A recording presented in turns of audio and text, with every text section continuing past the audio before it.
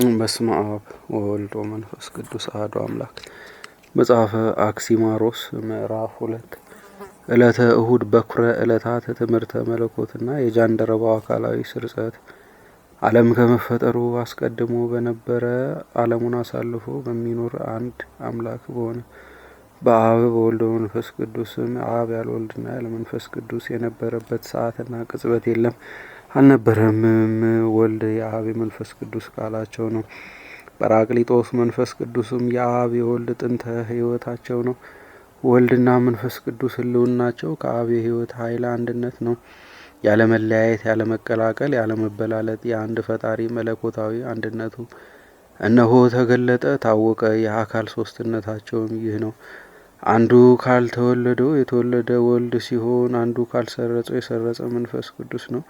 መንፈስ ቅዱስም ለአብና ለወልድ ሕይወታቸው ነው። እነሆ ልዩ የሆነ ሶስትነታቸውም በየአቀማመጣቸው ሁኔታ አንዱ ከአንዱ ሳይራራቁ ሳይለያዩ ነው። ሕይወት ያለው ፍጥረት ሁሉ ሳይለያይ ይሰግድ ዘንድ ነው። ፍጥረትን ሁሉ ካለመኖር ወደ መኖር አምጥቶ የፈጠረ የሕያው እግዚአብሔር ልጅ ኢየሱስ ክርስቶስ ከሦስቱ አካል አንዱ አካል እንደሆነ በመረዳት ከሞት አስቀድሞና ከሞት በኋላ ሁላችንም እንድን ዘንድ ነው። በኋለኛው ዘመን ፍጽምት ከሆነች ድንግል ስጋዋን ቀለም እንደ ገባ ቀይ ግምጃ ክብር ባለውና በማይወሰን መለከቱ በስጋዋ ተዋህደ። ክብር ምስጋና ሁሉን ቻይነት ገንዘቡ የሆነ እሱ ለዘላለሙ የተመሰገነ ይሁን፣ አሜን።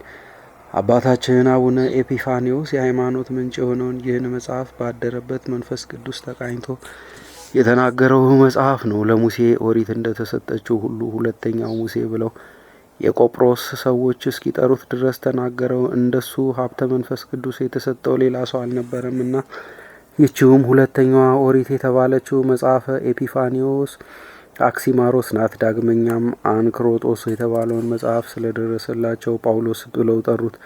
ይህም ለአክሲማሮስ ሁለተኛው መጽሐፍ ነው። ትርጉሙም መልህቅ ማለት ነው። እንደ መጽሐፈ ቀለሜንጦስ በምስጢረ መለኮትና በሃይማኖት የተመላ ነው እና የመለኮትና የትስብእት ተዋህዶ በእውነት ያለመለወጥ መነሻ የሌለው አልፋዊ ያለመለያየት መድረሻ የሌለው ዳህራዊ አንድ አምላክን ይገልጣልና። መጽሐፈ ኤጲፋኒዎስ ሁሉን ስለፈጠረ አንድ አምላክ ያለ ጥንታትና ያለ መች ዘላለማዊት የሆነች ሀልወቱን ይናገራል። ጥንታትና ቀዳማያት ዘመናት ሁሉ ከእሱ በኋላ ናቸውና እርሱ የእርሱን ስም ከሚጠሩ ፍጥረቶች ሁሉ በአፋ የሆነ ቀዳማዊ ነው።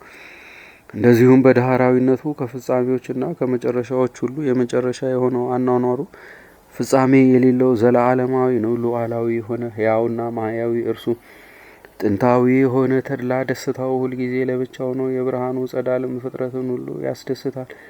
ከዘላለማዊ ሕይወቱም ከፍሎ ያለምንም ዋጋ በነጻ ለሌሎች ዘላለማዊ ሕይወትን ያድላል። ለእርሱ ክብር ምስጋና መቼም መች ይገባል፣ አሜን። በበጋና በድርቅ ወራት እንዳሸተ የገነት እሸት የመንፈስ ቅዱስ መስኖ ውሃ ለሆነ ለአባታችን ለኤጲፋኖስ ይህንን ሁሉ ምስጢር ገለጸለት። እንደዚህ ያለ ሰው በዚያን ጊዜ ተገኘ። በዘመኑም የቁስጥንጥንያ ሊቀ ጳጳስ ዮሐንስ አፈወርቅ ነበር። ወዳጄ ተባባሪ፣ የቅዱስ ወንጌል ተካፋይ ሰላም ላንተ ይሁን ብሎ ወደ እሱ ላከበት። አንተ እውነተኛ የሃይማኖት አምድ ነህ። ከዚህ ኃላፊ ዓለም በሞተ ስጋ ከመለያየታችን አስቀድመን እንገናኝ። ካልሆነም አንደኛ ከብሉያት መጽሐፍት፣ ሁለተኛ ከአዲሳት መጽሐፍት የተረጎመውን አንክሮጦስ የተባለውን መጽሐፍ ላክልኝ። ይህን ሁሉ በልቡና ውስጥ ባሰረጸ በቅድስት ድንግል ማርያም ማኅፀን በተገኘ በክርስቶስ አደባባይ ደስ ይለን ዘንድ ፍጥረት ሁሉ ፈጣሪውን ያውቅ ዘንድ የሚያስረዳውን ጣፋጭ ትምህርት ከአንደበት ውስጥ እግዚአብሔር አፈለቀ። የአዋቂ ሰው ጥበቡ ጥበብን ያፈልቃልና ጥላችን ይወገድ ዘንድ በተሰጠን የሐዋርያነት ጸጋ የጻፍኳቸውን 98 መጽሐፍትን የምልክልሃለሁ። ራሱን ጃንደረባ ያደረገውን ሰው የሚድንበትን ምክንያት ካገኘ ንስሐ ተሰጠው ዘንድ ወደ አንተ ልኬዋለሁ። እኔ ማዳን ተስኖኛል፣ ወደ ውግዘት ገብቷልና። መልእክተኞቹም በደረሱ ጊዜ ለቅዱስ ኤጲፋኒዎስ ሁኔታውን ነገሩት። የሚድንበትን መንገድ እስኪያገኝ ድረስ ስለ ጃንደረባው አንድ ሱባኤ ገባ። በሰባተኛይቱም ዕለት ጃንደረባውን የሚያድንበት ምክንያት ለቅዱስ ኤጲፋኒዎስ ጭንቁን የሚያቃልልለትን አምላክ ገለጠለት። በእሱ ላይ ምሕረቱ ይገለጥ ዘንድ በጉባኤ ቤተ ክርስቲያን በካህናት ፊት አባላዘሩ የተቆረጠበትን ቦታ በእጅህ ዳስሰው አለው። በማግስቱም ቅዱስ ኤጲፋንዮስ ወደ ቤተ ክርስቲያን ሄደው የዮሐንስ አፈወርቅን መልእክተኞች በሕዝቡና በመምህራኑ ፊት ጠራቸው። ያንንም ጃንደረባ ልብስህንና ከአንገትህ ያጠለቅከውን የውስጥ ልብስህን አውልቀህ እንደ ተወለድህ ራቁትህን ቁም አለው። ከማፈሩም የተነሳ ፍርሃት ያዘው።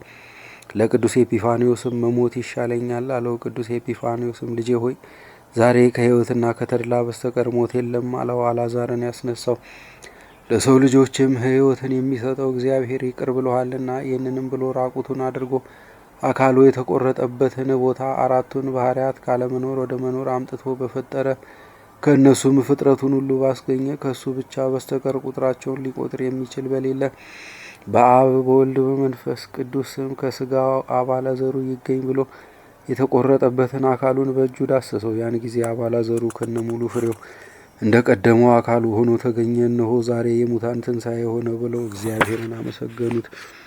እነሆ ቀንደ መለከት ሳይነፋ ነጋሪት ሳይመታ አባታችን ኤጲፋንዮስ ሙት አስነሳ። ያም ሰው 7 ልጆችን ወለደ። መልእክተኞችንም ከሰውየው ጋር አላካቸው። ወንድሞቼ ሆይ አሁንም የአባቶቻችንን መጽሐፍ አናቃል። እግዚአብሔር በቅዱሳኑ ላይ አድሮ የሚሰራው ስራ አስደናቂ ነውና። ጌታችንም በወንጌል እስከ ዓለም ፍጻሜ በዘመኑ ሁሉ ከእናንተ ጋር ነኝ ብሏልና። እርሱ በፈቃዱ ትክክለኛውን ቃል ለሚናገሩ ሁሉ በአንደበት አድሮ ይናገራል። በፍጥረት ሁሉ አንደበት ለእርሱ ክብር ምስጋና ይገባል። አሜን።